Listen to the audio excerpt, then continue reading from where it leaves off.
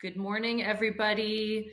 Hi, welcome to Seniors Action Quebec's webinar on addictions in older adults. I very much appreciate your attendance on this webinar. It's a really important issue and we've been wanting to discuss this for a while. Before we get right into it, I'm going to take a moment and thank our presenters, who I'm going to introduce to you in a moment. But we're extremely lucky that we have people who've taken out of their very busy schedule the time to join us and talk about this important issue. So joining us today are going to be Dr. Blanca Vacaflor and Solange Baril. And I also want to take a moment and send very sincere thanks to Ruth Pelletier, who helped put this together, as many of you know. I'm sure you've spoken to her or heard from her. So I really appreciate you joining us. As you know, this is a slightly different webinar than our usual Zoom setup, and I want to reassure you that your attendance is anonymous. I can't see you. None of us can see you. And any questions that you do choose to send in will also be anonymous. So how that will work, it's very similar to how we do our Zoom calls. You're going to use the chat feature, which should be on your screen just next to the window of the presentations. You can open that up, send in your question, hit send, and it will come to us. And then we will have 2 question and answer breaks where our presenters will address your questions. Don't be shy if you have questions throughout the presentation to send them in right away. I also want to let you know we are recording this seminar so that people who weren't able to make it this morning are also going to be able to see the information that's being shared. But again, because it's anonymous, you won't be present. Your name is not available, your photo's not available. So just to reassure you. There's going to be a break at 10:50 to 10:55 where you can stretch your legs and get a cup of tea. And at that, I'm going to start by introducing our presenters. So joining us today is Solange Baril. Solange completed her undergraduate studies in philosophy and gerontology. She has more than 9 years experience working as a counselor, clinical supervisor, trainer, and coordinator at Groupe Harmonie, a Montreal-based community organization helping people aged 55 and over who struggle with addictions. She's currently working as a research coordinator at Laval University in Quebec City and developing her practice as a specialized therapist in geriatric addictions. Also joining us is Dr. Blanca Vacaflor. Dr. Vacaflor completed a bachelor's degree in psychology and her medical studies at Université de Montréal. She completed residency in psychiatry at McGill University and is currently pursuing subspecialty training in geriatric psychiatry at the University of British Columbia. She has published on the topic of cannabis use in older adults and continues to harbor special interest in the growing field of geriatric addiction. So thank you very much for joining us. I am now going to turn it over to our special guests, and I will be coming back to handle questions in a little bit and to lead you into the break. Thank you for joining us. Have a good seminar. Thank you, Vanessa. It's a pleasure to be here. I'm Blanca Vacaflor. My name is Solange Baril, and our presentation, Addictions in Older Adults, will be in 2 parts. First, we're going to define addictions. We're going to talk about the risk factors and also associated illnesses. And after the break, we're going to present case examples. We're going to give tips for caregivers, and we will talk about the road to recovery. Next slide.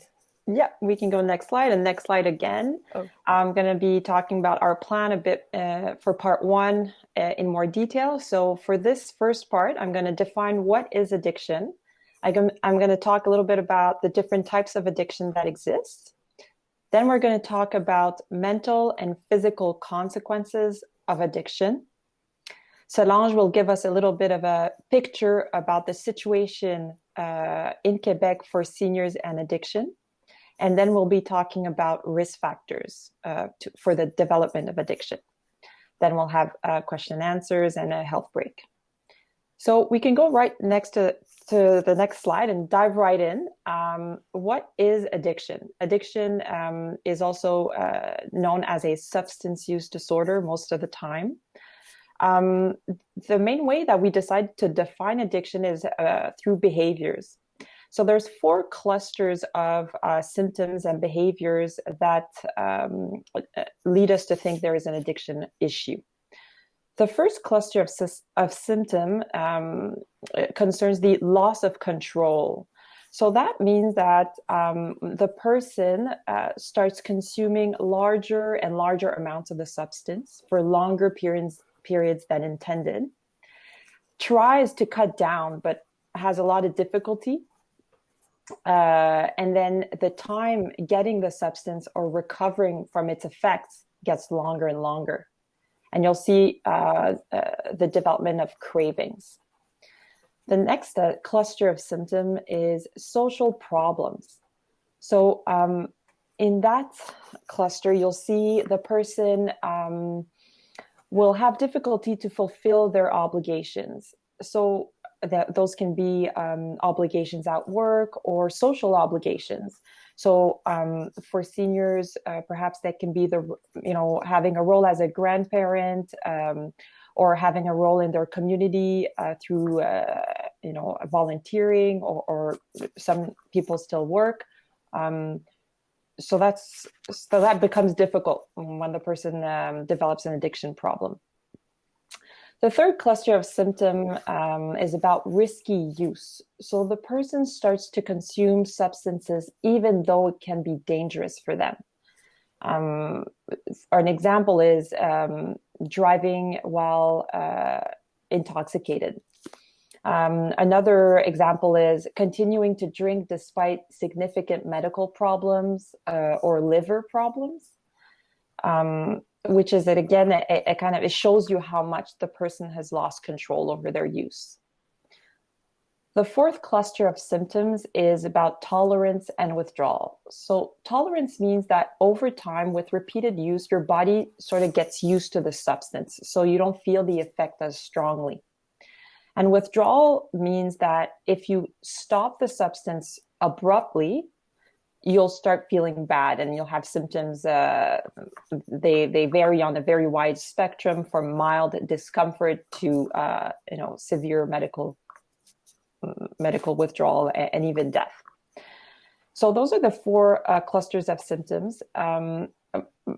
People with addiction often have more than one cluster. They present more than one, and it's about how much problem is it causing in terms of your behavior until you get to a certain point where you can say there's an addiction.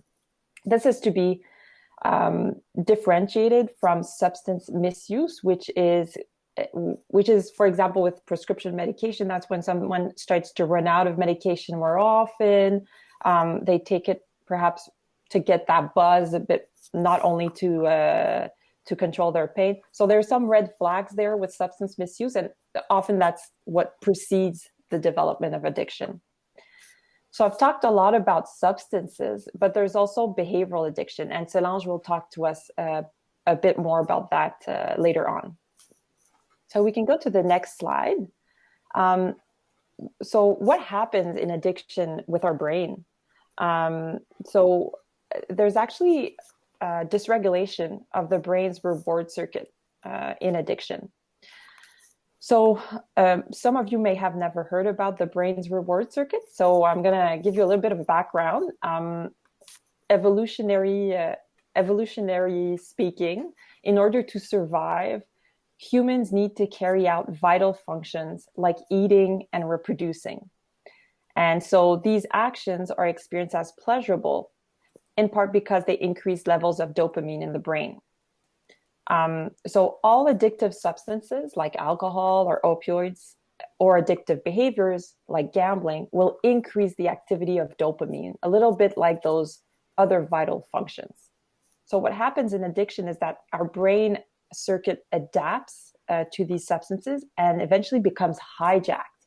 So other things don't become as pleasurable anymore. And the only way to get some satisfaction is through that substance or behavior. But is addiction only a brain disorder? Well, not quite. It's a bit more complex than that. So we can go to the next slide. And this is actually the way that most physicians and health professionals in the field conceptualize what is addiction. So it's really three components coming together, which we call the biopsychosocial model of addiction. So you'll see on the left side, the bottom left side, there's a biological component. So there we talk about genetics. Often addictions runs in families. And we'll also talk about the reward circuits that I just talked about. That's a biological side to the development of addiction. But there's also the psychological side and the social side. So psychological can be, you need some type of stress in your life or in this current situation, loneliness is quite prevalent. So that also predisposes someone to develop addiction. And even our society, might be some situations that, make us more vulnerable to addiction. That can be isolation or problems with ageism, for example, in our society. Solange will explain to us more about ageism later on. So it's really, you need those three things. And this explains a little bit why, not everybody who will experiment with alcohol will become addicted to it. There needs to be those other two factors present. So we can go to the next slide, and I'll talk to you a little bit about the different types of addiction. And the first one is the alcohol addiction or alcohol use disorder. That is the most common addiction in older adults in Quebec. And it can be tricky to identify because many signs and symptoms can be mistaken for age-related issues. For example, sleep complaints, decreased cognition. That means a decreased memory or decreased capacity to plan and organize. You'll see tremors, poor coordination and falls, sometimes unexplained bruising. Alcohol addiction is something that can be quite severe and actually both being intoxicated by high levels of alcohol or withdrawing from it can be deadly. So it's important that we start talking about it. We'll go to the next slide, and we want to take this opportunity to share with you the general recommendations for safe drinkings in seniors. So it's a little bit different from the recommendations in the general adult population. So for women aged 65 and over, the current recommendation is 1 drink per day, maximum 5 per week. For men aged 65 and over, the general recommendation is 1 to 2 drinks per day, maximum 7 per week. And really important to have some non-drinking days included in our week. So that is it's more than half what is recommended for adults. And as the older adult ages, so going from 65 to 75 to 85, especially those with medical conditions, alcohol should be reduced even further to 1 drink or less per day. And even I often recommend in my clinic to consider stopping alcohol completely. It does cause issues even at low levels. So next slide is just there to remind you of what a standard drink looks like. You can read that in your own time. We'll go to the next slide, which is about the second most common type of addiction, and that's addiction to prescription medications. There are 2 most common culprits in that category, and those are sleep and anxiety medications and pain medications. So sleep and anxiety medication, that encompasses really the class of medication called benzodiazepines and Z drugs. So you'll may be able to recognize them in the list that I provided to you, which is based on the most frequent that I see in my clinic. So lorazepam is a big one, clonazepam, diazepam, bromazepam, oxazepam, and some of the Z drugs called like zopiclone.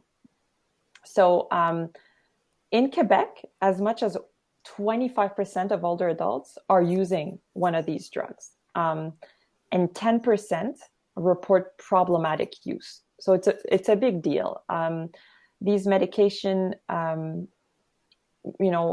work well for sleep and anxiety, but do carry very significant adverse effects. Development of addiction is one of them.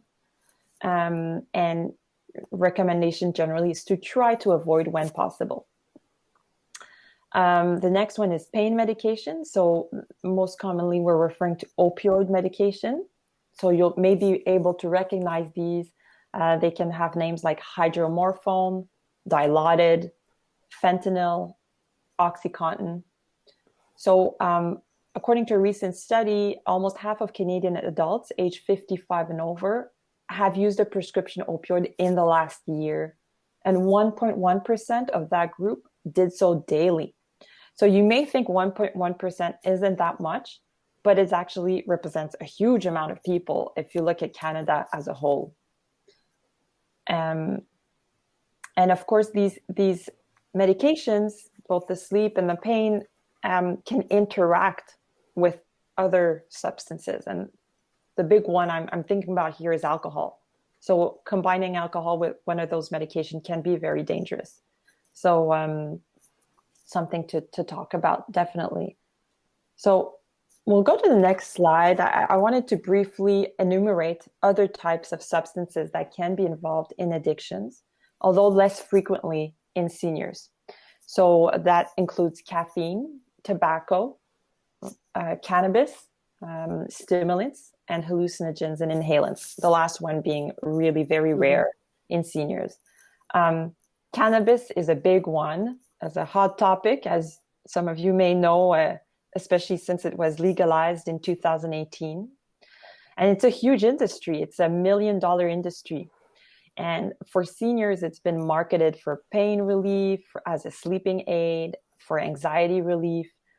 But I really want to highlight to all of you today that really the evidence in seniors is very limited. As mentioned in the beginning, I did publish on that topic because it interested me a lot. And I ended up, at the end, I thought really there's not enough study to say that it works or that it is safe in the elderly. So keep that in mind. And I think my recommendation about cannabis is really to talk with your doctor about using it before going to the SQDC to purchase it. So we can go and start speaking about behavioral addiction. So Solange, we'll talk about behavioral addictions. Thanks, Blanca.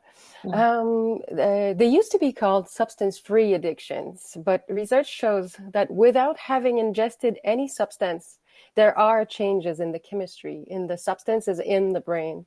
So behavioral addictions involves a compulsion to engage in a rewarding non-substance related behavior. So we have the most common listed here. They are gambling, shopping, overeating, pornography, and other cyber addictions. Gambling is a socially acceptable form of recreation for older people and everyone. But excessive gambling can lead to serious financial consequences and mental health problems. When I was working with seniors dealing with addictions and helping seniors dealing with gambling problems, mostly the video lottery machines were concerned then, I witnessed that players who would develop real physiological dependence on gambling. And there were real withdrawal symptoms that were, for some time after quitting, people would see flashes or hear the sounds of the machine before it stopped. Shopping. Studies shows that 5% of Canadians suffer from compulsive shopping syndrome. Symptoms are buying in secret, lying about purchases, spending more than you can afford, buying to feel better, or having conflicts with your loved ones or friends because of overspending. Overeating can also be used as a way to cope with difficult emotions, like a feeling of emptiness or loneliness or such. And then, cyber addictions, pornography, and others are also other kinds of behavioral potential addictions. En fait, any activity which is capable of stimulating an individual, and by stimulating we mean like provide a pleasurable sensation, could become addictive. It's exactly what feeds the reward circuit that Blanca told us about earlier. You can also certainly think of other activities that could lead to an addiction. We're going to change slide. There are warning signs that there might be that could ring bells or point out a potential addiction problem. So we listed a few here. So warning signs could be a loss of interest in other activities, especially those that were of great interest in the past. Maintain excessive use despite negative consequences. Lies to our loved ones, to relatives, or even to healthcare professionals. Activity used to escape from difficulties or unpleasant emotions. Great anticipation of going back to the activity, like a craving. Concerns about past behaviors, often because of negative consequences. Constantly increasing time, money, or energy involved. Unsuccessful attempts to reduce or stop. And finally, concrete consequences, like losing friends, losing money, or putting your health at risk. Little parenthesis here. We may be tempted to diagnose an addiction problem about a relative or a friend, but when a loved one worries us, we'll talk about this later, it's preferable to talk about yourself and let a professional make a diagnosis. Next slide, please. Thank you, Solange, for that. Because just looking at the warning signs, sometimes I could even recognize myself in like my love for coffee and having great anticipation for it. And so I imagine it's a question of how many warning signs do you present? If you only have one or two, then it's less likely, I guess, that we're talking about addiction. But again, speaking to a professional is probably the best way to go if you have some doubt. I agree with that. So ongoing addiction can cause a whole bunch of consequences, which we separated into two categories. The first one is psychiatric consequences, so mental health. Ongoing addiction can lead to the development of psychosis. So psychosis is a condition where the person loses touch with reality. Most often the culprits for that, the culprits are stimulant medication like Ritalin or cocaine or methamphetamine. Next, we have really the most common one is anxiety and depression. So here I'm thinking more about alcohol, prescription drugs, and behavioral addiction.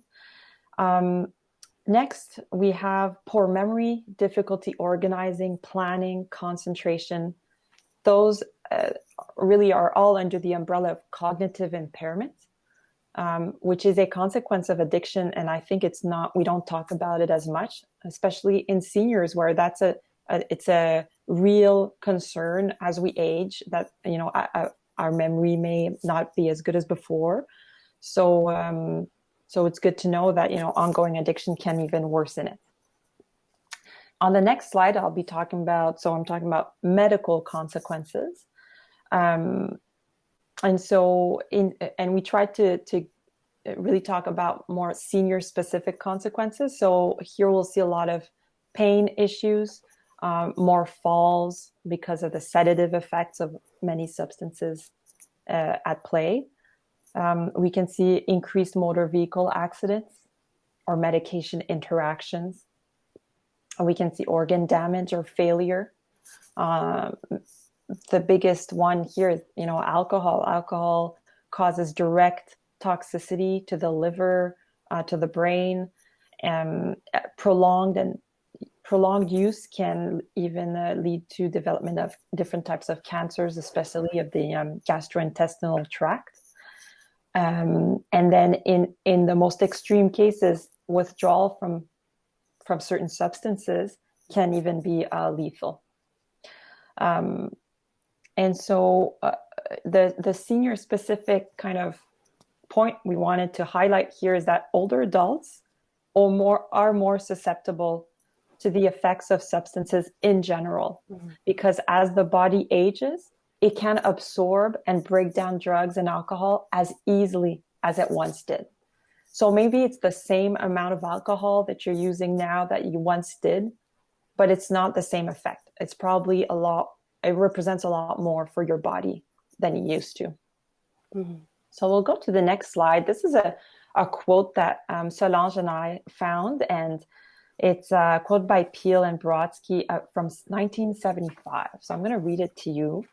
An addiction exists when a person's attachment to a sensation, an object, or another person is such as to lessen his appreciation and its ability to deal with other things in his environment or in himself, so that he becomes increasingly dependent on that experience as his sole gratification.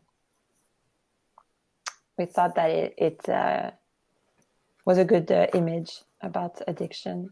So Solange will talk to us a little bit about the situation in Quebec for seniors and addiction on the next slide. Yeah. Well, situation in Quebec, Canada, we'll see with the challenges of statistics, it's hard to get a real portrait. But first, it is well known and for a long time that substance use disorders are not adequately diagnosed and treated in older people. For now, well, senior 55 plus is very far from an homogeneous portrait. Seniors includes the baby boomers, the people born between 1945 and 1965, and the silent generation, people who were born between 1928 and 1945. Well, those two generations have a diametrically opposed relationship to substance use. For example, a study showed that almost 40% of people of the baby boomer generation had used drug in their lifetime, where only 7.3% of the people from the silent generation did. So that makes really two different groups. In big, plus then every person taken individually is very different too, for sure. Other numbers, we say that nearly 10% of baby boomers in North America have substance-related problems, especially involving alcohol. And also cannabis is the most common substance used by baby boomers to relieve chronic pain and symptoms of health problems. The challenges in research. Well, for several reasons, it's very difficult, as I said, to have an accurate picture of seniors' addictions in Quebec, Canada. Because first of methodologies used, because often we go through online surveys to do these researches, then it does not reach everyone. Second, there is a very big social isolation among seniors dealing with addictions. During my practice, I could see that the common denominator of the majority of situations among people, seniors dealing with addiction, it was not poverty, it was not physical pain, but it was social isolation. Finally, well, the statistics focus much more on younger cohorts than on seniors. It is sadly like this. Next slide. I call this slide 1,000 Faces from the streets to Westmount, because there are so many prejudices against concerning seniors dealing with addictions, and we'll go through some of them. But as a counselor, I can tell you that even if it's true that a good part of seniors' health would come from lower socioeconomic backgrounds, there was also a large part coming of the clientele who was from middle class and very wealthy. So several, as I said, misconceptions about seniors substance user persists, some of them being the first one, the classic, seniors don't have addiction problems. Well, if it was the case, we wouldn't have this conversation today. Second, addiction is obvious. If it's not visible, then there's no problem. Well, many addictions are hard to detect. Sometimes even for healthcare professionals, because they can merge with some effects of aging. It is also hard to detect because shame and guilt often cause seniors to hide their addiction.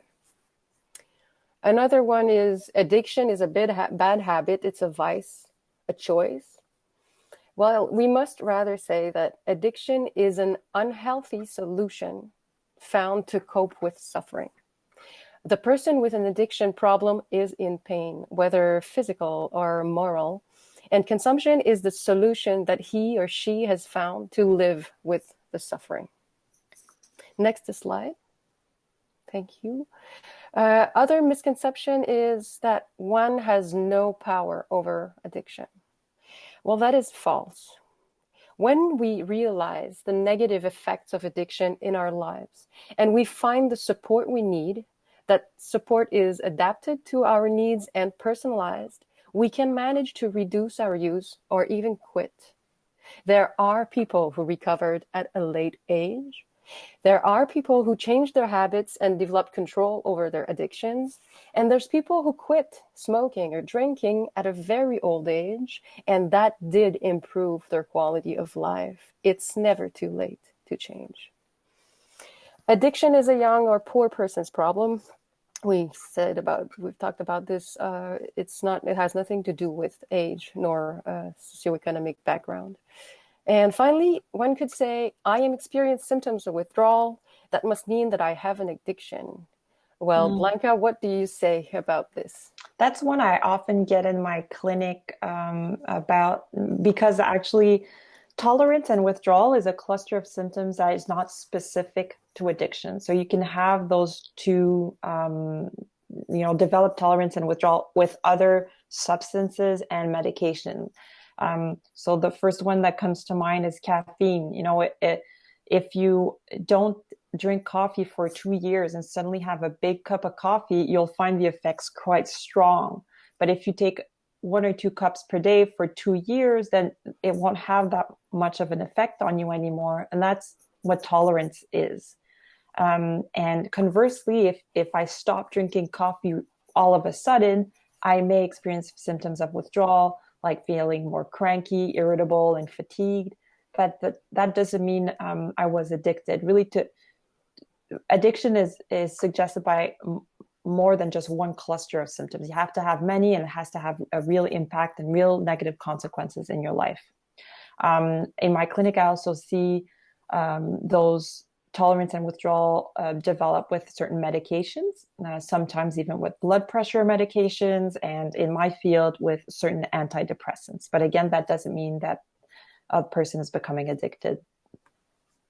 So yeah, we can go to the next slide and we'll talk a little bit about the risk factors. So a risk factor is something that increases the vulnerability of someone to develop an addiction problem.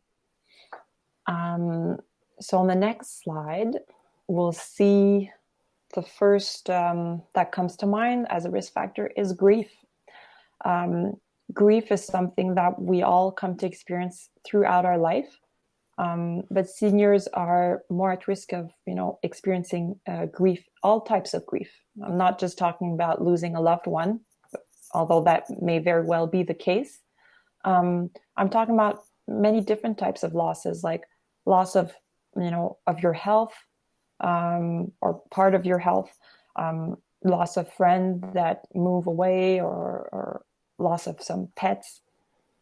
Are also other types of grieving process, like losing a driver's license or retiring from work, especially if you've put in a lot of your energy throughout your life in your work. And another type of grief would be moving from your home to an assisted living facility or even long-term care. Those are big transitions that are more specific to seniors. The second one is social isolation. And that's something that nowadays kind of everybody's exposed to that in some way. But there is an issue with seniors in social isolation, which predisposes them to addiction. And then we wanted to talk about the sense of loneliness. And here it's really the sense of loneliness, because you can be lonely even when you're in a relationship, even if you're living with a spouse and you see your grandkids often. You can still feel really quite lonely, which again is a risk factor. On the next slide, we'll also touch upon other risk factors. So here there are certain medical conditions. Chronic pain is that big one, I'd say, because that is a way to, for you to have prescription pain medication, and that's big. Not everybody becomes addicted to them, but it's definitely more high risk, especially because pain itself as an experience is something that can feel very lonely. Then there's some medications for some, medical conditions can also be a risk factor. And I'm thinking about, medication for Parkinson's, for example. The one I'm thinking about is called pramipexole. So there is a big warning on that. The box of that medication is that it can lead to addiction problem like gambling. And the reason being is that it's playing on the dopamine system, that reward circuit. So sometimes I've seen that in my clinic. And then certain mental health conditions can predispose someone, like mood disorders, depression, anxiety, insomnia is a big one, and then cognitive impairment. So by cognitive impairment, I'm meaning brain function and like specifically memory, attention, organizing and planning. So it's not, I've seen this many times in my clinic, someone who has never had any problems with addiction throughout their lives. And as they age, at some point, they may develop cognitive impairment. So the memory, starts to decline. And it's at that point that they start engaging in abusing alcohol or abusing medication. And the family will often be like, they won't recognize their loved one, and they'll find this strange. But that can be explained, in early dementia, the brain has less capacity to inhibit certain behaviors. So those person may be more at risk because they don't have that, the frontal part of the brain is starting to have some decline, and they don't have the capacity to inhibit or to think twice about what they're doing as well as they used to. So sometimes I've seen that as well. And then Solange will carry on with some other risk factors. Yeah, another important risk factors is ageism. Ageism being a prejudice against a person or a group because of age, as you know. Among the classics, old people are no longer useful. Ageism can result in an infantilization from others, from sometimes healthcare professionals or people around you, invisibility or indifference. But the biggest problem with ageism is introjected ageism. That is that you can identify oneself with those negative judgments to make it ours, as if we think we are unuseful, we have no value. There are other risk factors that are lack of meaning, a lack of activities that make sense, and boredom. And finally, special situation like the one we're going through right now, the COVID. Next slide. Other risk factors are the unmet psychological needs. Meeting our fundamental psychological needs means that we're able to connect with ourselves and with others. It means that our relationship with ourselves and other gives way to authenticity, to communication, and to love. Unmet psychological needs are risk factors for the development or the maintenance of an addiction.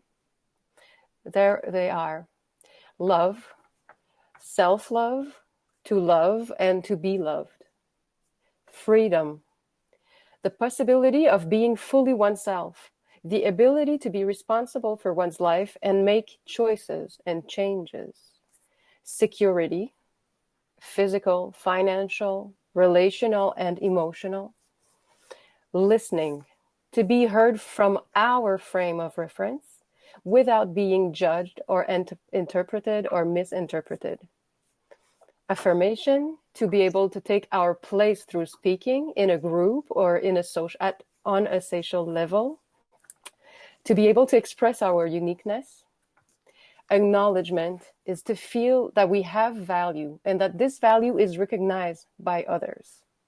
And finally, creativity, to choose the ways of our change and to use our potential according to our own values and talents. You know, we going back to love, the first one, love is connection with ourselves and with others. The writer Johann Hari said something beautiful. He said, the opposite of addiction is not sobriety. The opposite of addiction is connection. That's so true. So think about it. And I pass the word to Vanessa because we are now already at our Q&A number 1. Hi, can everyone see me? Great. Okay. Thank you so much for that. That was really interesting. So before we start some of the questions, Solange, I think this was for you, but one of the viewers was wondering if you could clarify again, what is the silent generation? The silent generation is the people who were born between 1928 and 1945. So the generation before the baby boomers. Great. Okay. Thank you. You're welcome.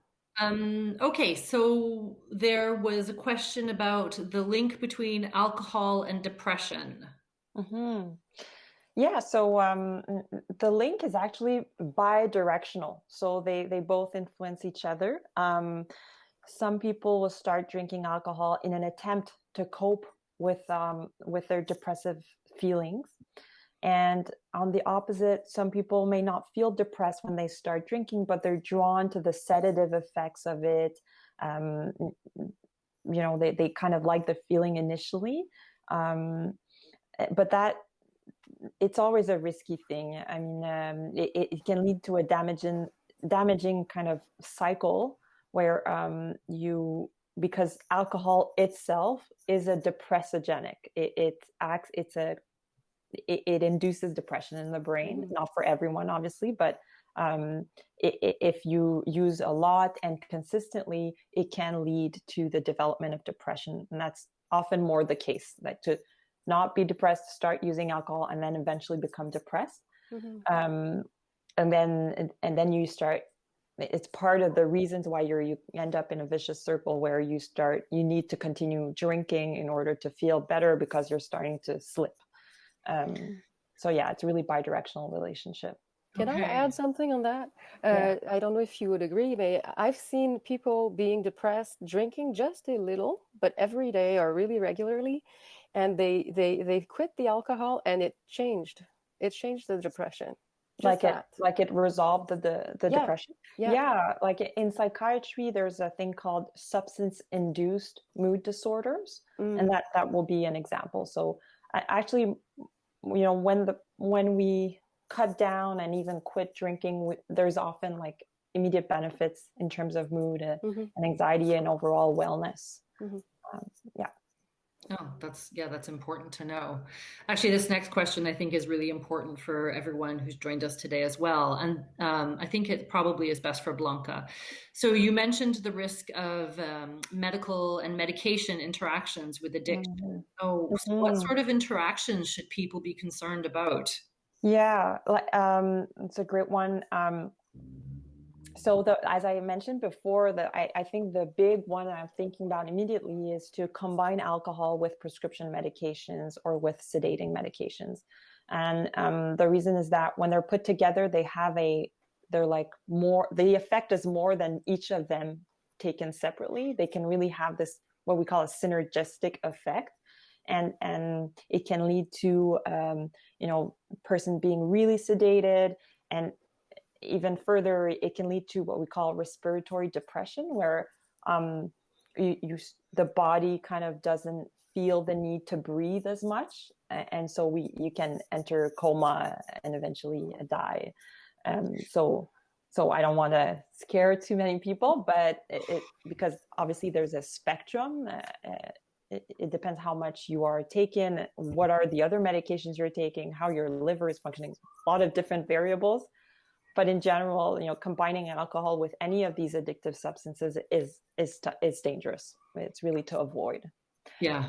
And then there's all the other kind of regular prescription medications that go through the liver. So if you're drinking and your liver has inflammation, then you can't metabolize all your other medications as you normally do. So you may have like too much of it in your body and all the adverse effects that can come with that. So that could be the case with over-the-counter medications as well. Yes, and that's why, I think if you're concerned about that for yourself or a loved one, really consulting with a physician is very important, and to let them know what exactly you're taking. And that includes over-the-counter, which we often forget to talk about. And it also includes all herbal medicines, anything that you're taking. Basically, you want to let them know, because there's these even interactions with things that you get at the herbal store. Right. Yeah. Okay, so I think we have time for one more before the break, and this I think would probably be best for Solange to answer. So some people have embraced technology and are always on their iPads, cell phones, etc. They can spend long hours on their devices. How do you know when that becomes an addiction? That's a good question. It's a good question, and it's really hard to answer because everyone is unique, every use is unique, and every level of acceptable, tolerable use is different. So the warning signs that we presented earlier are red flags. So you can look at them and you can think about it. Would you, for example, not in COVID times, because this is different, there's a much higher use of technologies and screens now. Let's say out of it, would you cancel a meeting with a friend, saying that you're sick, for example, because you want to finish a game or you're into something on the screen?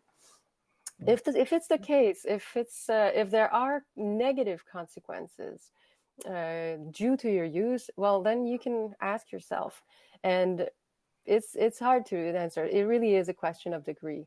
I would say be aware, and if consequences are harming yourself or your loved ones or others, you can find maybe ways to control more your use. There are things like there are apps on the phones or on your devices that you can control your time pass on screen.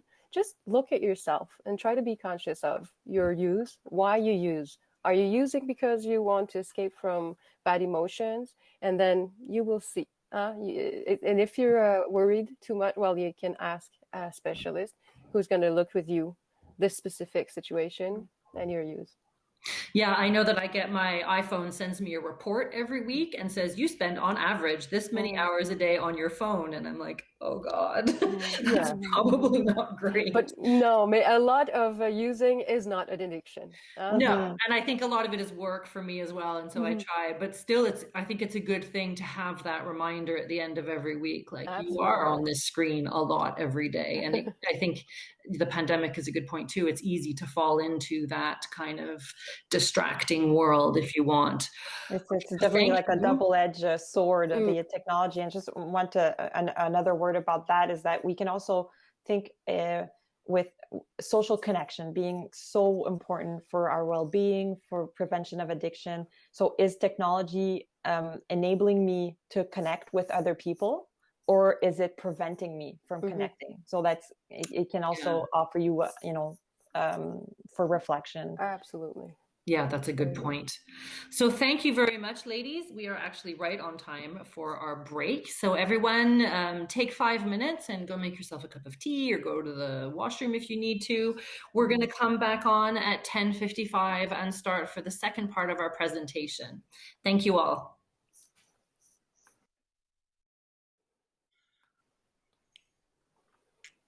Welcome back, everybody. I hope you had a chance to get up and stretch your legs. I know I did. So we're going to be starting our second section. I just want to let you know that if you did send a question in and we didn't get to it, we're going to do our best to get to all of them at the end. I encourage all of you, should a question come up, please do send it in to us. We're going to have another Q&A at the end of this, our part 2. So it's my pleasure to welcome back our presenters. Thank you, Solange and Blanca. Thank you, Vanessa. So let's go right into part 2. We can go to the next slide, and Solange will be giving us the details for this next part. Yep. During this part 2, we're going to present case examples we're going to talk about the effect on caregivers. We're going to give tips for caregivers. We're going to talk about treatment options and finally about protection factors. Also, we'll give you a great list of resources and references after the presentation, and then we'll go again to a Q&A period. We can change slide. Blanca. Thank you, Solange. So in this part, we're going to give you two examples. They are inspired from cases that we've seen in our practices. And they are fictional characters, but I think they're very representative of the type of things that we can see. So we're going to describe them. Just bear in mind that at the end of the presentation, we will come back to these cases and try to offer potential solutions for them based on what we're going to see in this next part. So I want to talk to you about the case of Mr. Smith. So Mr. Smith is a 75-year-old man. He lives alone with his dog and has a few friends. He's struggling with chronic pain in the last year after he fell. So he's now on multiple medications, including opioid painkillers. He has a community social worker who sees him once in a while. And lately, she's reported concern that he's starting to self-isolate. So he's starting to decline invitations to see friends. He's just staying at home a lot more. He started to lose weight. And she's picking up on certain warning signs, like he's running out of medications very quickly. He needs refills before it's time to get the refill. And he's having trouble to get them. So he's started to see multiple doctors at different walk-in clinics asking for more medications. So social worker is concerned. Mm-hmm. Then we'll talk to you a bit about Madame Grimm on the next slide. So Madame Grimm is an 82-year-old woman who lives with her husband. She loves knitting, and she's a member of her local knitting club.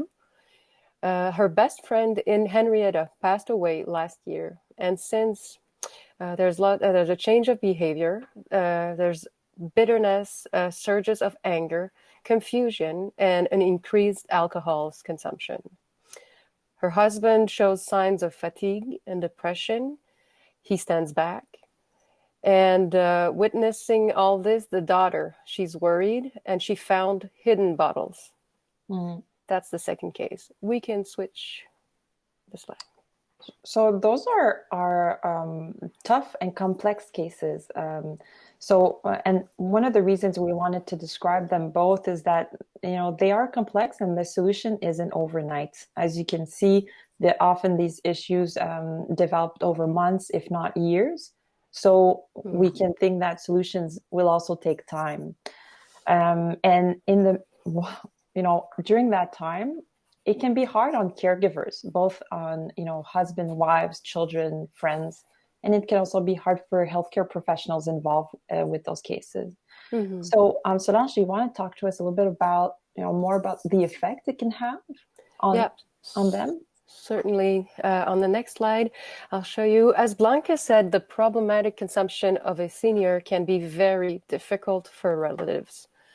Some specialists in addiction have identified 3 phases of increased concern of relatives for their loved one who deals with an addiction.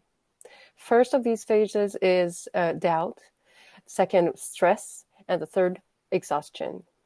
So during the doubt or worry phase, the caregiver can say, something's wrong, I've got a feeling, there are clues, behavior changes, report by a relative, and some emotions and reaction often involved at that stage can be worry or anxiety or interpretation. In the stress phase, the person can ask, what if the worst happens? So there's the stress very strong. The person is looking for a cause or a person or a situation to blame. She's in an urge to find a responsible or an explanation to the situation. She can also think that she's part of the problem. We are more at risk to blame ourselves or someone else than the person who has the addiction problem in the stress phase. There's also a risk of adopting the role of the savior with the person, which is really heavy. Emotions and reactions often involved at that stage are guilt, anger, not knowing what our limits are and how to put them, and also a tendency to ruminate. Finally, after a long period of stress, if it's not addressed, can happen exhaustion. I can't take it anymore. The person then needs help, the caregiver. It's quite possible after a long period of stress like this to be overwhelmed. Emotions and reactions often involved in that stage are shame, despair, isolation, insomnia, flight, and finally the risk of developing ourselves an addiction. We can change slide. So here are tips for caregivers. What can we do? Many people will refrain from addressing the issue directly with the person for fear of making the situation worse. Well, you may address the situation with the person directly, tactfully. There's no need for taboos. You can make objective observations by shedding light on negative consequences. For example, I see that you've been drinking and you fell and then you had to go to the hospital. These are not judgments. These are just facts. You also have the right to exist in this relationship with what it makes you feel. You can talk about yourself using I feel instead of you. Without blaming, say how it makes you feel to see him or her like that. For example, when I go see you, I feel powerless or I feel angry. This is hard to do. When the message comes from the heart, in general, the person does not feel attacked. She can feel that she's not held responsible for the suffering involved. She can see that you love her enough to take responsibility for your own in the relationship. In other words, she will feel that it's done out of love and in order to help your relation together. Another thing that you can do as a caregiver is to ask if and how you can help and give information or resources. You are not yourself a counselor, but you can guide to someone and you can help find help. Things to remember: safety first. Risk of cold turkey can be, quitting cold turkey can be dangerous. Mm-hmm. And also in moments that are very intense, in a fight, for example, or when the person's under influence, do not insist. Seek help for yourself or for your loved one. Mm-hmm. I'd like to add a couple of observations here. If your loved one is going through, for example, like a alcohol addiction, a tendency can be to kind of go in there and take all the alcohol away. But it's just important to be mindful that withdrawal from alcohol can be dangerous. So you can't force the person to quit cold turkey without having like a physician or a care team involved in that. Mm-hmm. So that's the first thing. And also, don't confront someone when they're under the influence. And that really should be avoided because under the influence of either alcohol or prescription medication or any substance, really, there's a risk of that the person is more disinhibited. And so maybe during a fight when they're sober, they have that frontal cortex, coming in and inhibiting some urges like hitting or screaming. But under the influence, you have less of that inhibition. So it can be risky for verbal or even physical aggression. So really would recommend to not confront in that context and let like professionals do that part. Yeah, thanks, Blanca. We can change the slide. Talking about things that we should avoid. It can be harmful, even if it's well-intentioned, to confront, to say like you should not do this or you have to change. We should avoid justifying or rationalizing, saying it's not her fault because. Explanation. To enable the problematic behaviors should be avoided to buy alcohol for her loved one because she asked, and we don't know how to say no. Lie to the doctor because she asked to, or to lend money. And finally, minimization. It's not that bad. She only has a few years left, or if it makes her happy or him.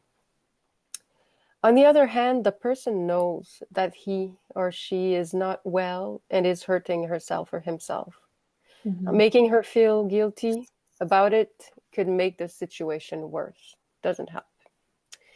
Next slide. Perhaps I can add in something like these recommendations that we're giving are general recommendations, but we do recognize that each situation has its specific details. And so these are not like black or white recommendation. We are inviting you to reflect on, how to approach a situation. Yes, that's very important. Thank you, Blanca, for spécifier ça. Caregiver tips, finally, the importance of self-care as a caregiver. So what can we do to take care of ourselves? Being aware of our emotions and needs is very important. For that, you can also have the help of a professional. Set up boundaries. For example, you can put frames. You can tell the person, please don't call me after 8 p.m., for example, or I would like to see you, but for now it's a little hard for me, so I would prefer to see you in 2 weeks. Or another thing you could say is, I would be there to accompany you for doctor whenever you're ready. It depends on you. This is something that you know. What are your limits? And then to say it to the person. Or another one, I just, sorry if Solange, yes, in my go. clinic was the boyfriend of a patient who said, I'm not going to speak to you when I hear on the phone that your voice is slurred or that I feel you're intoxicated. So that's another way for him to put up a boundary. And it was also like for the patient herself, it was kind of a motivating factor to get her drinking under control. That's it. Absolutely. Other examples of self-care, vent out with a friend. If you don't want to talk about it to persons you know, you can call a listening line. You can go out for a walk, connect with nature, change your mind, watch a movie, read. Exercise is very good to let go of anxiety. And keep a diary. Use your resources to bring some novelty in your life. Remember, the most important thing is only the person can make the change. And how do they make that change? So on the next slide, we're going to talk about treatment options. So the first thing we wanted to highlight is the importance of seeking medical attention, especially in seniors. So that can be your primary care physician, your GP. It can be addiction specialists, geriatricians, psychiatrists, or pain specialists, to name a few. But the important thing is that an appropriate medical workup is essential because many seniors present other medical conditions that can be caused or affected by ongoing addiction. It's also important to know that there exist specialized treatments for all types of addiction, and that there are some medications that can help reduce cravings and help achieve recovery. So these medications are prescribed by a physician. And also, you can benefit from treating, well, certainly you can benefit from treating any underlying psychiatric illnesses that predispose you to develop addiction in the first place. So because, I don't know, if I can imagine if you're dealing with, for example, an alcohol use disorder, and what led you to drink was that you're feeling depressed, you may be very scared to stop drinking because that's the solution that worked for you. So that's why it's so important to seek medical advice, and because you can start treating that underlying anxiety finally, and start addressing that risk factors as you're dealing with your addiction. It both can be done at the same time.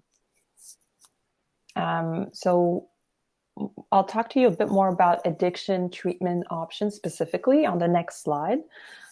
So to treat addiction, there's a whole kind of variety of intensity of treatments, and the less intense is individual meetings. So individual meetings can be, meeting up with a psychotherapist once a week, or meeting up with a counselor specialized in addiction. Frequency can vary, once a week, or it can be as needed. That's kind of the lower level intensity. At least you have a foot in, and there's someone you can go to if you want to talk about it. The next level up is group meetings. So that's actually many people coming together that are struggling with the same types of issues. It can be a therapist that is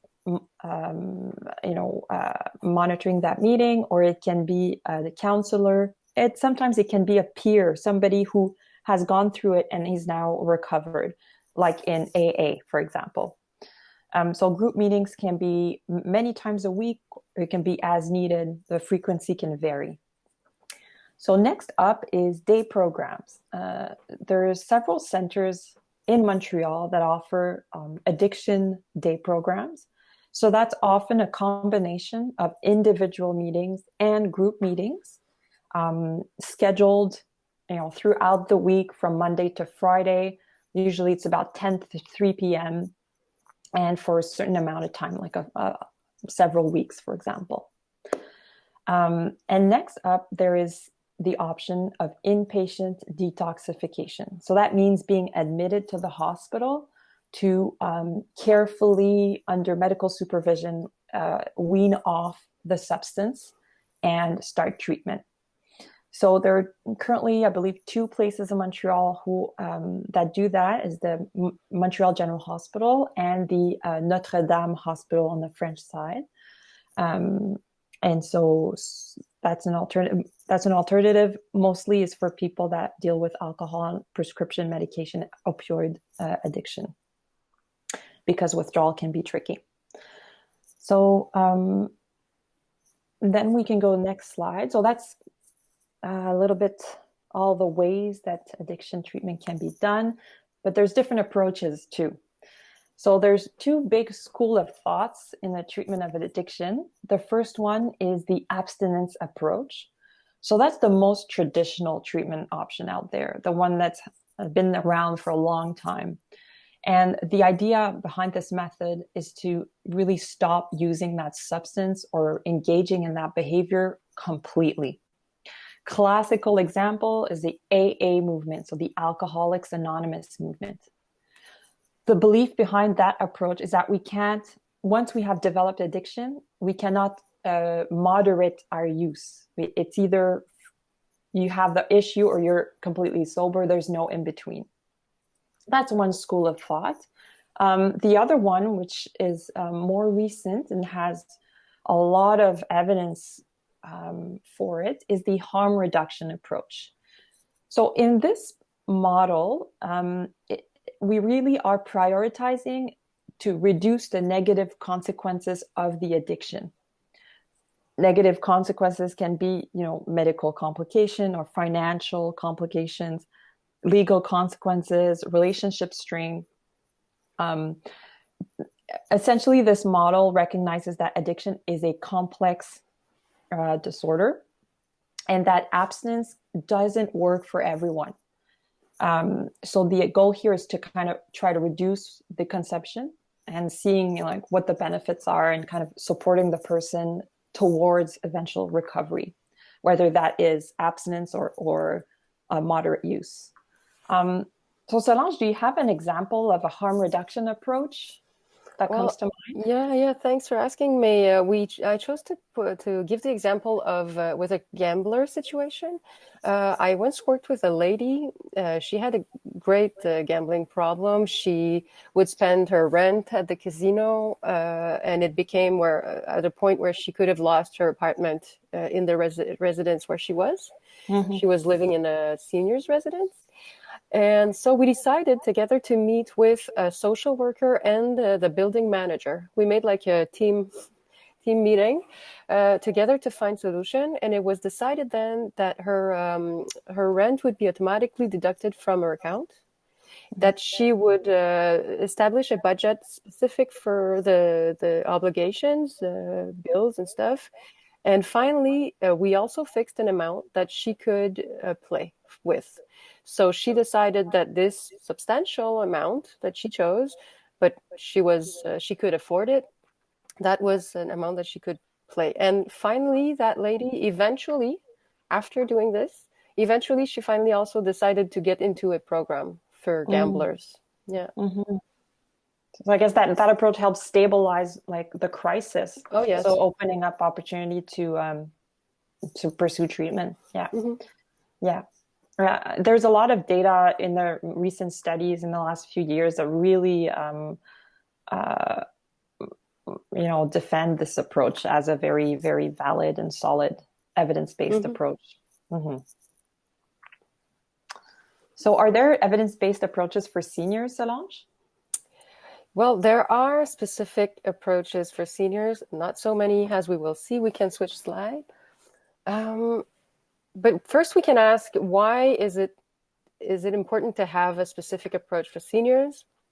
Well, there are many differences between situations and realities of young people and older adults.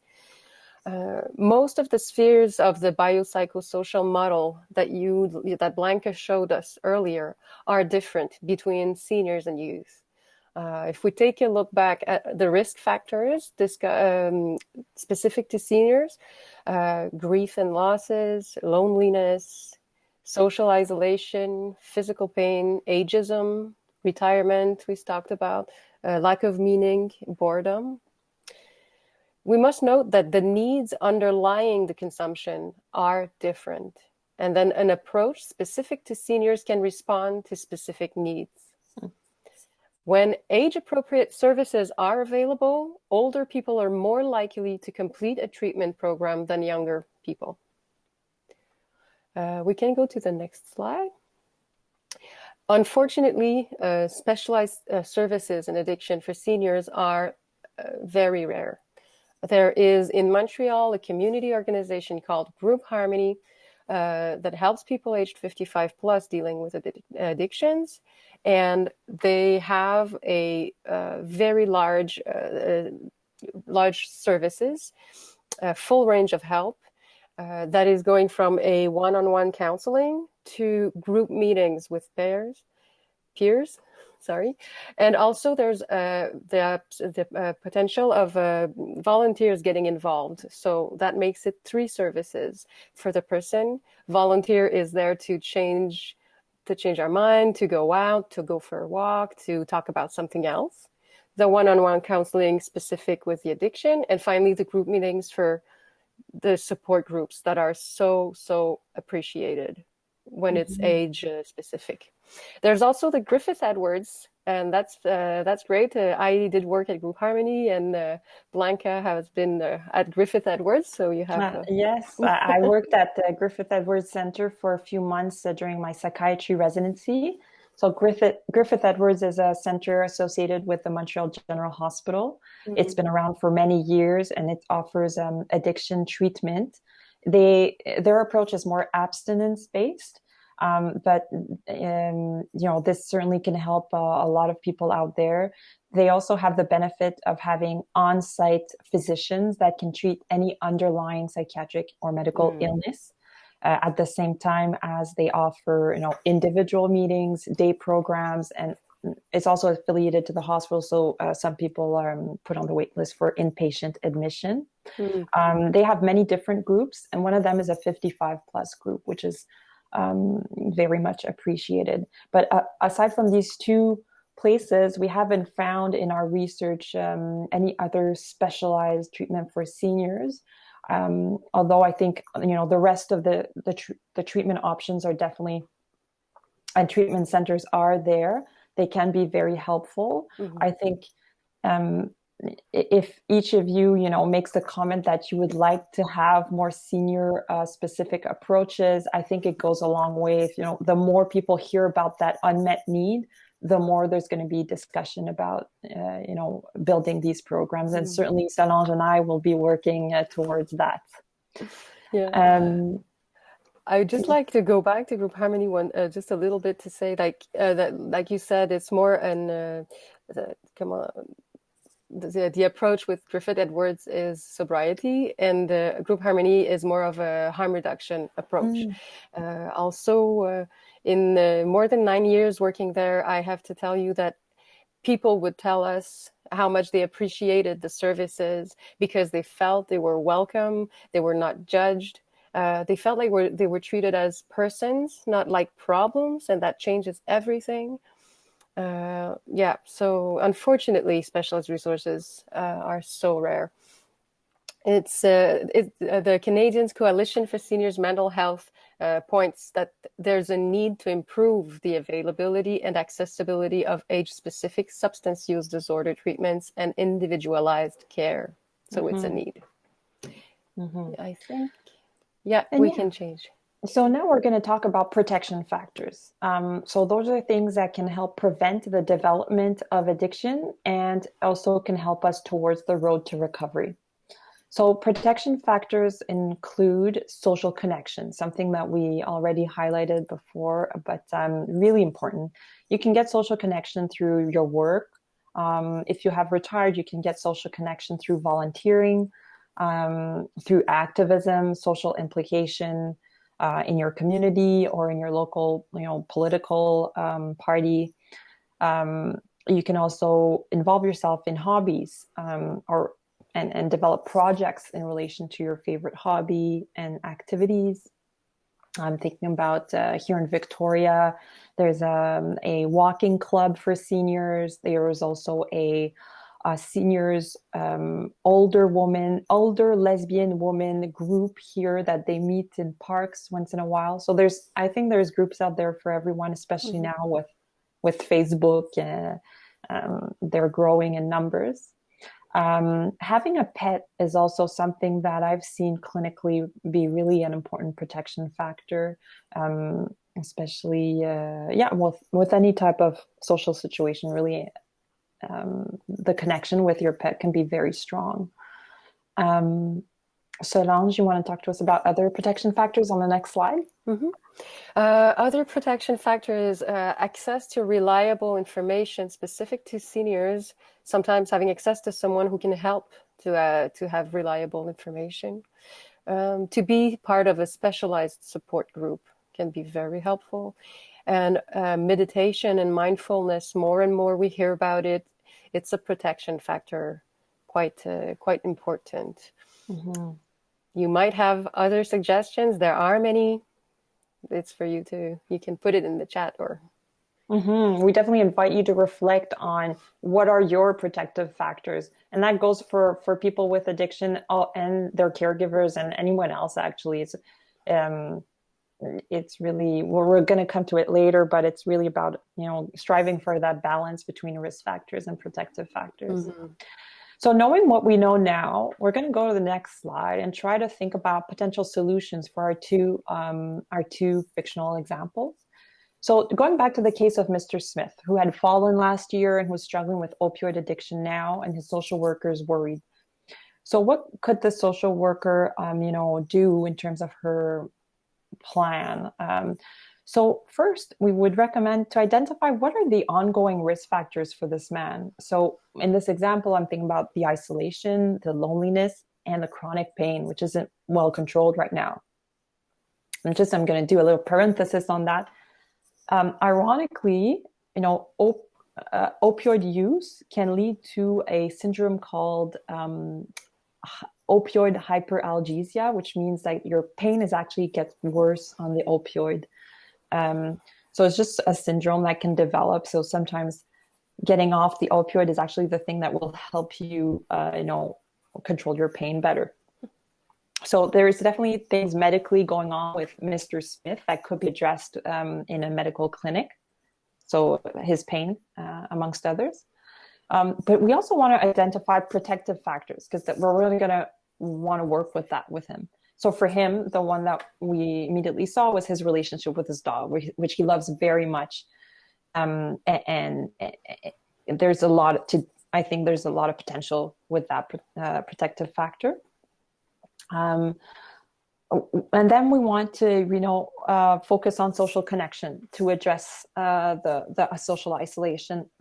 So at least connecting him with community organizations, and highlighting the importance of human connections for him. It's going to be important for the social worker to realize that this is a complex issue that's not going to disappear overnight. So it's really, you have to have that kind of long-term mindset where you're going to focus on building trust, which may be very fragile at the beginning. These are the types of patients that often feel like left out. The system keeps rejecting them, so it's hard to trust. The social worker will have to try and have a non-judgmental approach, try to inform him as much as possible. Knowledge is power, and exercising patience throughout all of this, because there might be sometimes where it's going to be really quite tough.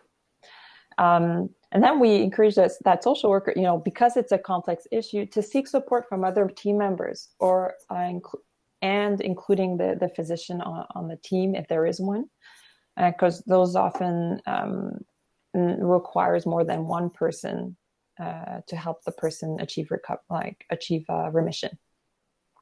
So these are not like black and white recommendations, but they invite you to reflect, especially on the notion of risk factors and protective factors. Now Solange will talk to us about Madame Grimm. Yep, going back to Madame Grimm, we'll take the daughter's point of view maybe. What can the daughter do? Well, she can encourage both her mother and her father to consult with their primary care physician. She can identify safety concerns, if imminent risk of injury to herself or others, to consider referral to emergency department or 911 as needed. She can express in objective observations what she observes, like I observed hidden bottles, for example. And she also, if she's able to calm herself, when she's calm, she can express her concerns about the situation and the way it makes her feel. She can also help the mother connect with available resources by helping with internet search, to give brochure, talk about other community organization services, etc. She can also encourage the mother to strengthen her current protective factors. So the group of people she meets at the knitting club, her relationship with her, that's another protective factor. She can afford to take a walk every Monday, for example.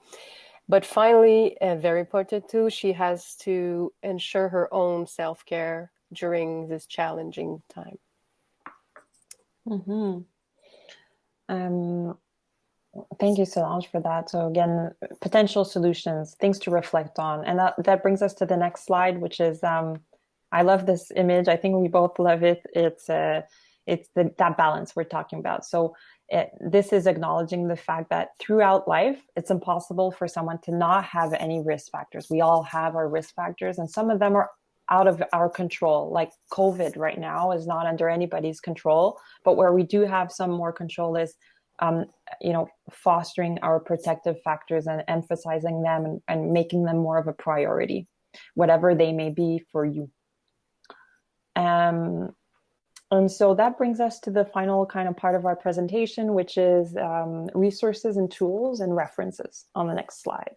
So we organize all the available resources for you in Montreal in different sections. The first one is phone support. So these are specialized addiction resources and helplines. What is very nice is that most of them are 24/7, so you can call it any time of the day or night. We've also included Alcoholics Anonymous. There are many meetings. They're now mostly virtual. I have a patient who's been 45 years sober. She's still a very active member of AA, and she's now sponsoring many people, and she finds great meaning in that. So it can be very, very a source of great meaning, I think, for those with whom it fits. Obviously, it's not a model that fits everyone. So those are phone supports. On the next slide, we have addiction treatment centers. So those are places in Montreal where you can actually step into. They are addiction treatment centers. They have different types of services. Some of them have counselors and specialized experts. Others have also a physician on site. So it kind of depends. If you're not sure which one is closest to your home, you can go to the last sentence here.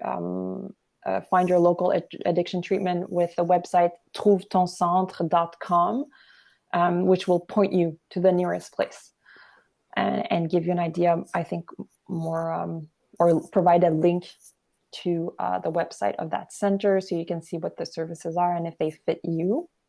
Then we provided on the next slide a few mental health resources. Some of them are general, like support line, helplines for mental health. But some of them are specific for seniors. And I want to bring your attention specifically to Ami Quebec /seniors, which is a mental health organization in Montreal. And they have that subsection for seniors. So you'll find a lot of resources there. And the last slide, we added a bit of an additional information for those of you who are curious to know more. It's a kind of a mishmash of different things. There is a YouTube video on the development of addictions. It's very nice, very nicely done by Dr. Gabor Mate, who's an expert in addictions from BC. We also provided a few more links to some websites about geriatric addiction, problematic gambling, problematic shopping. And then lastly, we have on the next slide, a website about prescription medication and social and community services at large in Montreal. So this brings us to the end of our presentation. We're very happy to have had the opportunity to do this together for you. We have Q&A now, so I'll let Vanessa take the lead for that. Hello again. Am I back? Okay. Hi, everybody. Thank you so much for that, ladies. It was really fascinating. And the information you included at the end, I think so important. I hope that people had time to write down what they needed. If not, again, this is recorded. So we will be posting it. We will be sharing it with people who are attending today. So don't worry if you didn't have time to write down the phone number or you were out of the room and didn't notice. That information will be shared with you again. So I'm going to go to the questions. Thank you for everyone who wrote in. There was a question from the last time that we didn't get to that I think was someone had written in mentioning that they take melatonin to help them sleep. And should they be concerned about any sort of effects? That's a great question. And I'm happy that person brought it up because I did mention sleep medication as potential addictive substances. It's important for one to know that there are many sleeping medications and sleeping aids out there, and not all of them can cause addiction. So melatonin is one that is thought to be very safe in general for anyone, including older adults. But as with any medication, it especially for sleep, some people may feel a bit too sedated or drowsy, or they may feel dizzy, but that's very rare. Melatonin in general is kind of our go-to as a first step. So there's no risk of addiction with that. And there's other medications like trazodone, for example, which is used for sleeping as a sleeping aid, which doesn't have that addictive property. But I also want to kind of take that opportunity to say one thing that we don't talk about often, but really is proven to be effective, is psychotherapy for insomnia. And it's something that we should be recommending as a first line approach for insomnia in seniors when possible. So it's actually called cognitive behavioral therapy for insomnia. And you can Google that. There are some books that you can purchase on Amazon. So it's kind of an interesting thing to try out before going to medications, because it has the benefit, like there's virtually no side effects, right? It's therapy, and the effects are long lasting. And what about melatonin clashing with, for example, alcohol? If somebody drinks alcohol, is melatonin an issue? If not, no, it's not one of it's not one of the things that can cause dangerous interactions, no. But as you know, melatonin is a bit sedating. So if you add another sedating, you're always kind of multiplying the effect. So right. But so to be careful. Be careful. Right. But it's not one of the major ones. I wouldn't be concerned too much about it. Yeah. So that actually leads in quite nicely to the other question. Sorry, I'm looking down at my phone if anyone's wondering what I'm doing. This is actually a great question. Somebody has written in, individual counseling can be beyond some seniors' reach financially, as well as the wait times for treatment. Group meetings can make people feel guilty or anxious about making their addiction front and center. How can those issues be addressed? I can go with some, Sure. well, there are, as we said, like you see in the references and resources, there are services given by community organizations. Those services are free. Like Groupe Harmonie. Also, I think of, this is not necessarily a long-term, but a punctual help support could be with drug help and referral. Those are counselors on the phone, and they're there to hear you. They're there not to judge, and they won't even identify you, so you can open. For follow-up individual, there are places that can offer lower price therapy. I think of Argyle Institute in Montreal, the Centre Saint-Pierre also, but for sure there are now waiting lists, like huge waiting lists. But this is another option for those who have a little less money or can't afford $120 per hour psychological help. I heard about Argyle Institute as well, with a sliding scale, and it's okay. You know, all these types of different treatment options work for different people. We're all different. So, you know, I appreciate that sometimes a group setting cannot be good for one person, but be super good for another. Another kind of more affordable way to access care is through books, self-help books specifically. There are some cognitive behavioral therapy books on addiction or for depression or anxiety, which have good evidence. If you do the exercises and you kind of do it diligently as homework that you give yourself, it can have an effect while you're on the wait list for somewhere else. Right. So perhaps while we are in a pandemic and so many people are struggling, I imagine the wait lists are longer than usual. Use the phone resources or start trying to help ourselves through books, correct? You're recommending? Yeah. Okay. Actually, the next question was very much about the same thing.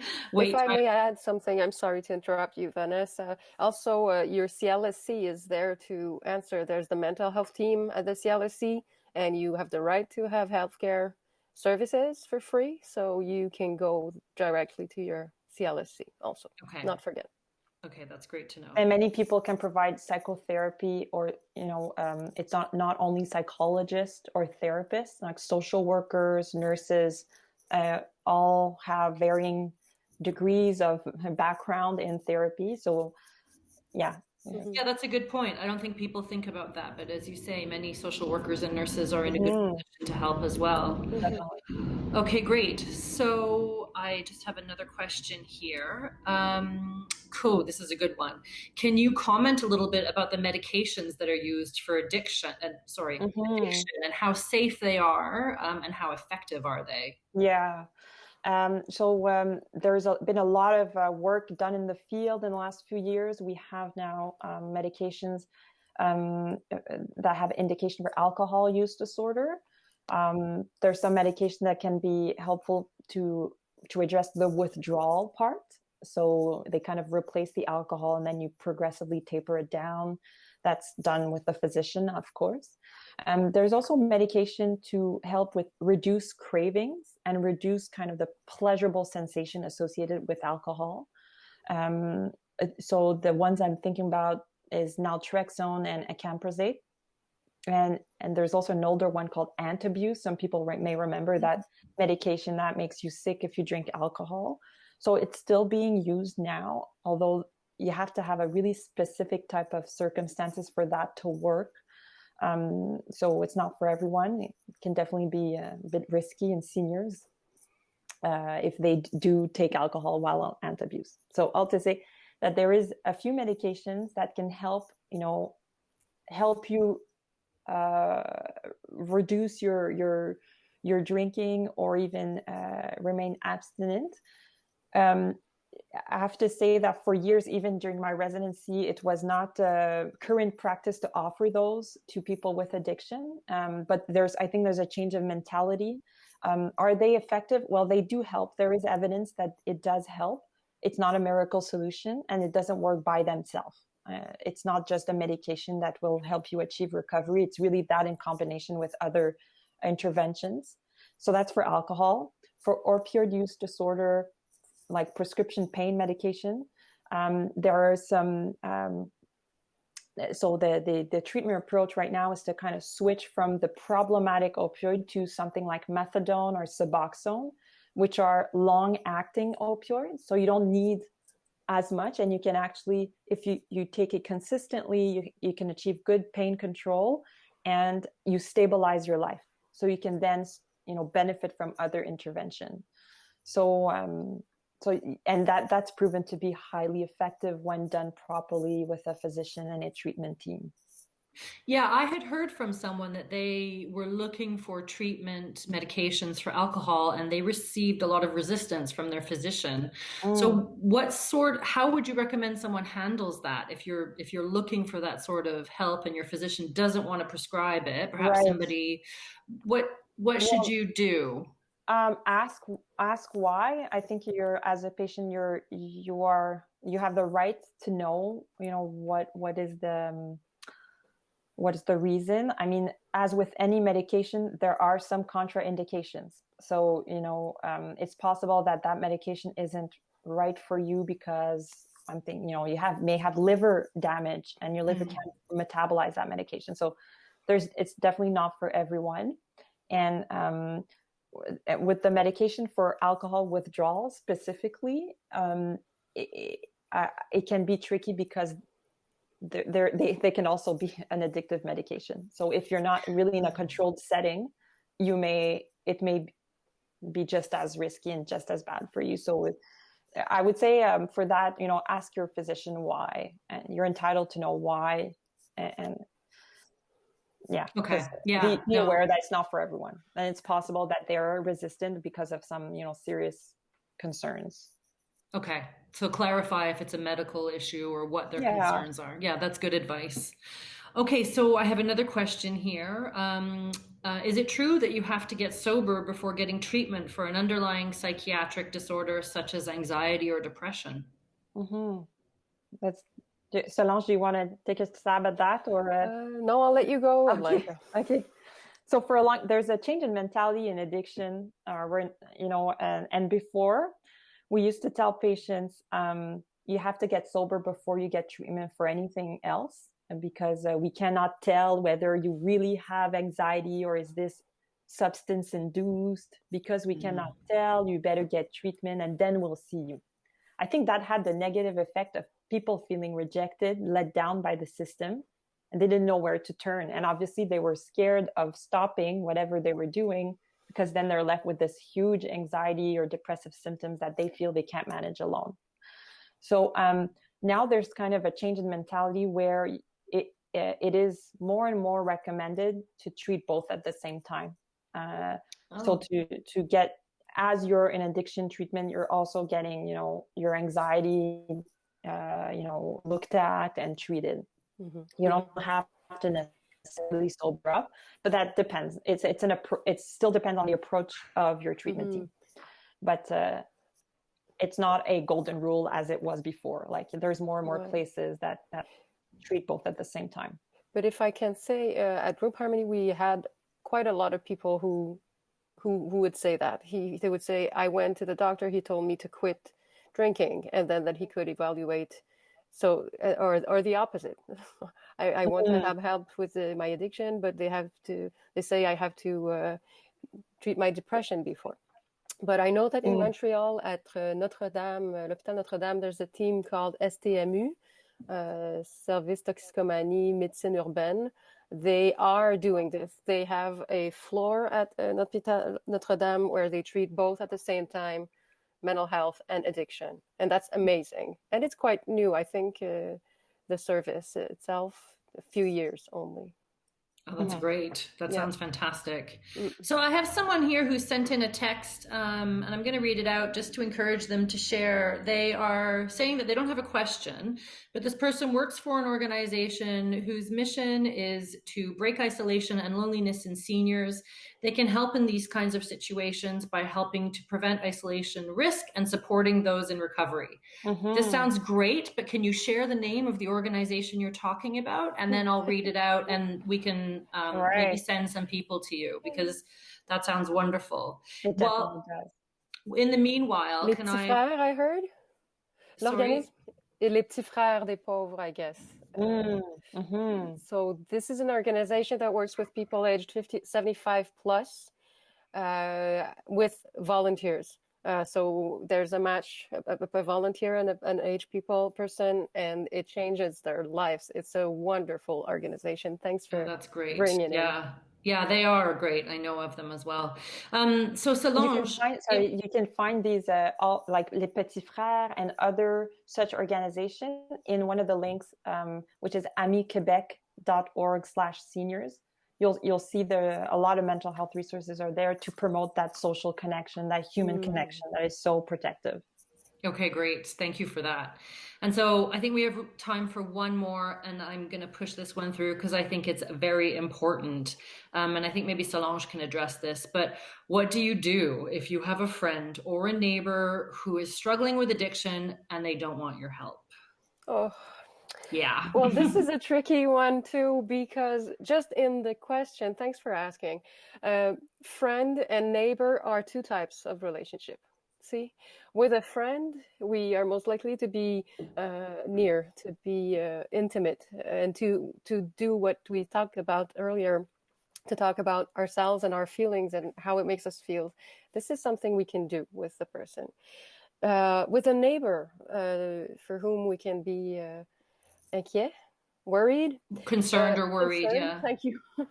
For a neighbor, it can be hard because you're just an acquaintance maybe, but you're worried.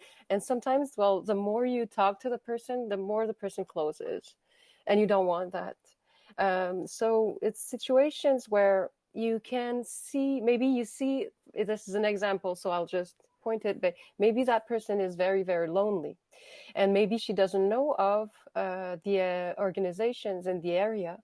So you can talk to her about the underlyings of the addiction, not addressing the question directly, but by going through risk factors that you see. So you can say, oh, do you know that there is, let's say, les petits frères des pauvres who are there, and you could meet with a volunteer, and that could bring some relationships, become a meaningful relationship in your life.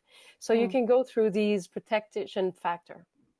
And yeah, it's hard to answer to questions like this. So specific. In a minute or two, for sure.